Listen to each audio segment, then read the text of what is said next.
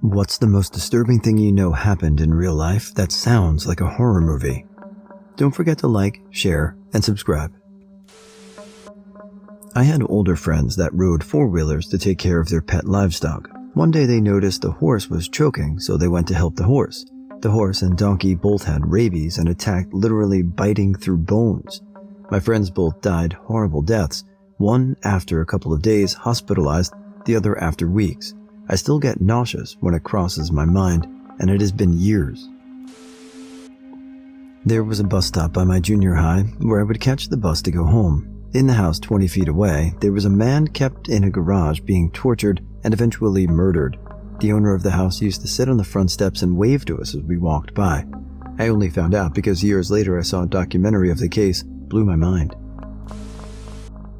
Ronald Gene Simmons made his kids dig a big hole on his property. Then, as they got off the school bus for Christmas break, he killed them one by one and buried them in the big hole. 2 days later, when his adult children arrived, he killed them and their children.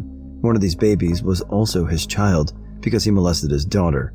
He threw the adult children in the hole and the babies in the trunk of an old car.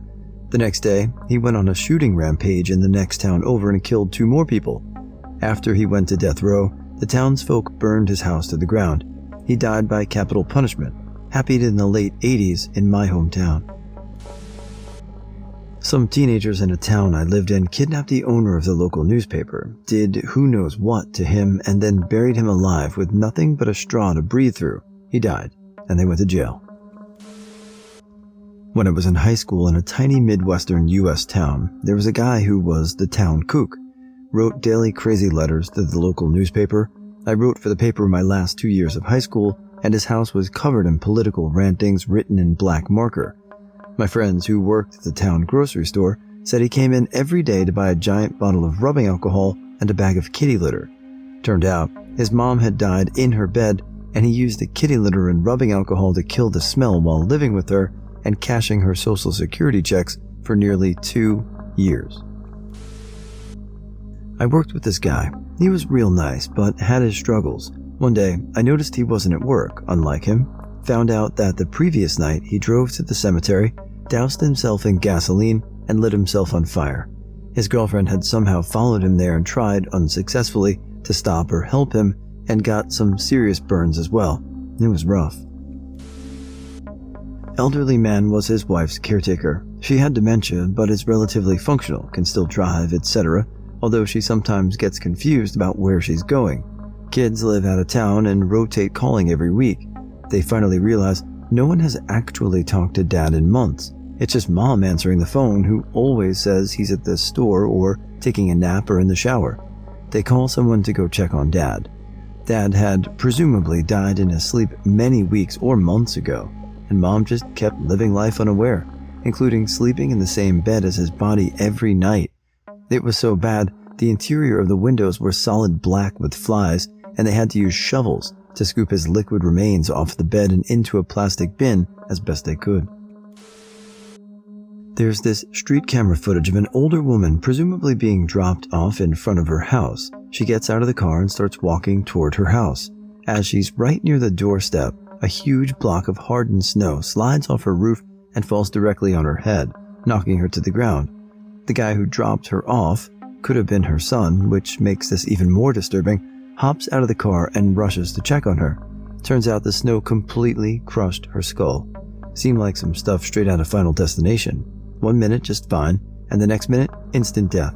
Makes you realize just how fast somebody can be taken away. A girl went to a party, took a pill, met a guy there. He was also on drugs. They had fun and decided to leave together to go to her place. So far, so good. When she woke up in the morning, she immediately noticed that he had pooped in his underpants.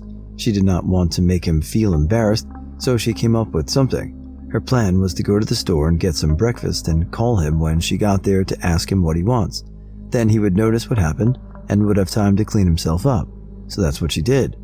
But when she got to the store, he did not pick up his phone, so she thought, oh shit, his phone must be on silent.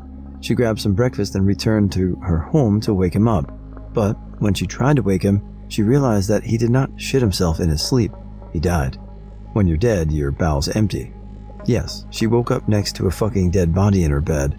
I don't know her personally, but from what I heard, it fucked her up pretty bad. You think? Mario Uriste, dumb kid who was jailed for shoplifting, was sent to the New Mexico State Penitentiary in 1980. He was originally placed in a cell block housing violent criminals where he was gang raped by 7 inmates. Mario had filed a lawsuit against his rapists, so prison officials had housed him in protective custody for his own protection.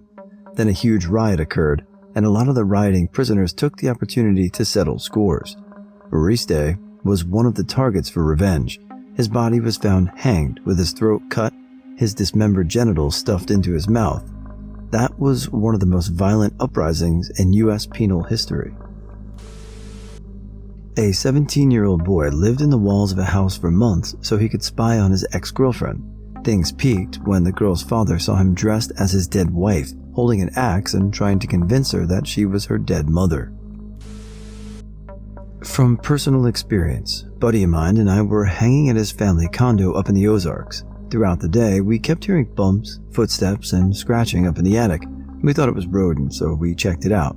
No rodents. Instead, we found a disheveled elderly woman up there. Turns out, 2 days before we arrived, our next-door neighbor locked his wife in his attic. She managed to tear and claw through to our attic, and she couldn't have been any younger than 70. How she did that, and without food or water, was something incredible, but my God, that was a horrifying sight to see in one's attic, not to mention her husband's actions. In 1985, there was a huge earthquake, 8.1 in Mexico City. My aunt, who had lived there all her life, was working when it happened. Luckily, she and others were able to get out of the building. She mentioned a close friend of hers told her she forgot her bag and she had to return for it. The building collapsed short after and she never saw her friend again. Also, a few years ago, I was working in a hotel in Cancun. Made some great friends there, mostly chefs and waiters. One of the chefs was 35. And he told me they offered him the chance to work for the hotel in Japan, but he refused. When I asked him why, he told me that those ideas are for younger people. He didn't want to have the stress of learning a new language, being away from his family, and starting from zero all over in a country so far from home. A year later, we both were not longer working in Cancun, but we kept talking every now and then. His final message was him saying Merry Christmas to me. A few months later, all the waiters I had on Facebook started sharing his pic. He was kidnapped, and to this day no one knows anything about him. I can only imagine that if these two people would have been taken a different choice, they would still be alive. The Toy Box Killer. Even worse than horror movies though. He kidnapped girls, played a record of him explaining how he is going to torture and rape them every day in a soundproof truck trailer, and had a mirror installed in the ceiling so the victims would see it all happen to them. His wife was in the shit too. I just can't understand how sick people can be at worst. My dad and uncle were part of a small coastal town's defense force in Lebanon in the late 1970s when the civil war was on the brink of breaking out. Fighting broke out, and the skirmishers that were taking place evolved into an all-out assault on the town. On one of the last nights before the massacre took place, invading forces killed my grandfather, one of my uncles, and his entire family, 3 children and his pregnant wife. My dad was called to the house in the morning when the fighting subsided. He had to help carry his family and load their bodies in the back of a truck, where they took them to the local cemetery for a quick funeral service before they fled the town. He said when they got down to the beach and were waiting for boats to load up the refugees and take them to safety, they looked back and saw the entire town with smoke billowing up from it. It was like a horror story for me to find out about it. I've never asked my father how he has dealt with it, but after so many years, he moved back to the coastal village just south of Beirut, and he loves it with all his heart. My great-uncle went mentally insane, then shot his brother multiple times and killed him. My other great-uncles and papa are scarred as they witnessed this. I don't know much details as this is still a very sore subject. The death of Brian Wells, the story behind the Netflix show Evil Genius. Basically, a bunch of lunatic sadists grabbed a pizza delivery guy and strapped a bomb around his neck to get him to rob a bank. He obliged, and the bomb went off anyway. Happened on camera with police watching. Early 80s, I was visiting my cousin in Cincinnati. We played with the neighborhood kids all summer. The week I was leaving the family that lived 2 houses down from my cousin, the husband came home from work and killed his family with an axe. There were 4 kids, his wife, and he took himself out with a shotgun. Kuk Ki Kai, the chicken coop prison in Thailand. Apparently, I have a distant relative who served a week in there for rebelling against the French occupation, or so I'm told. It was a 2-story prison. Bottom floor houses political prisoners, top floor is a giant chicken coop. The floor of the coop is porous, so it was probably the most revolting environment imaginable to be imprisoned in. 8 years ago, when I was in Afghanistan, I got a chance to watch combat footage. A lot of it was your typical FLIR combat stuff, but one video stood out. It was body cam footage, taken by I think 10th Mountain. It was a clip of a Taliban insurgent who had been raked by 25mm cannon fire from a Bradley and had been quite literally cut in half at the waist. The top half was literally dragging itself toward the soldiers and the cameraman, with about 10 feet of entrails dragging behind it, basically like a head crab zombie from Half-Life 2 that got saw-bladed and was still going. It's been almost a decade, but I still remember the gleam of madness in the guy's eyes. It was explained to me that the Taliban fighter often took an overdose level of narcotics before going into battle to give themselves an advantage, and the poor bastard probably didn't realize he'd just died.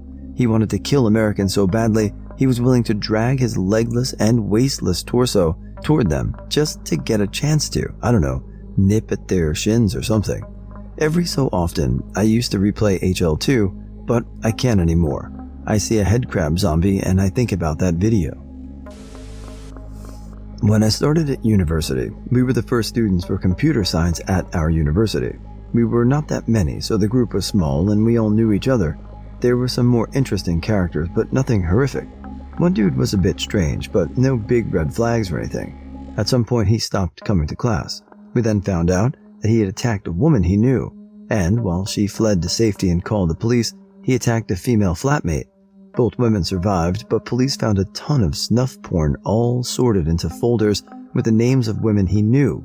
He went straight to the closed psychiatric hospital. There was a family a few towns away from mine that was caught abusing a little boy that had never seen the light of day. I do not remember all the details completely as it's been decades since this happened, and I've searched for news articles and have never been able to find him. I think it happened far back enough to be print only, before the turn of the century, mid-80s. I have one friend who lived in the community and said it was the most horrific event she'd ever heard of.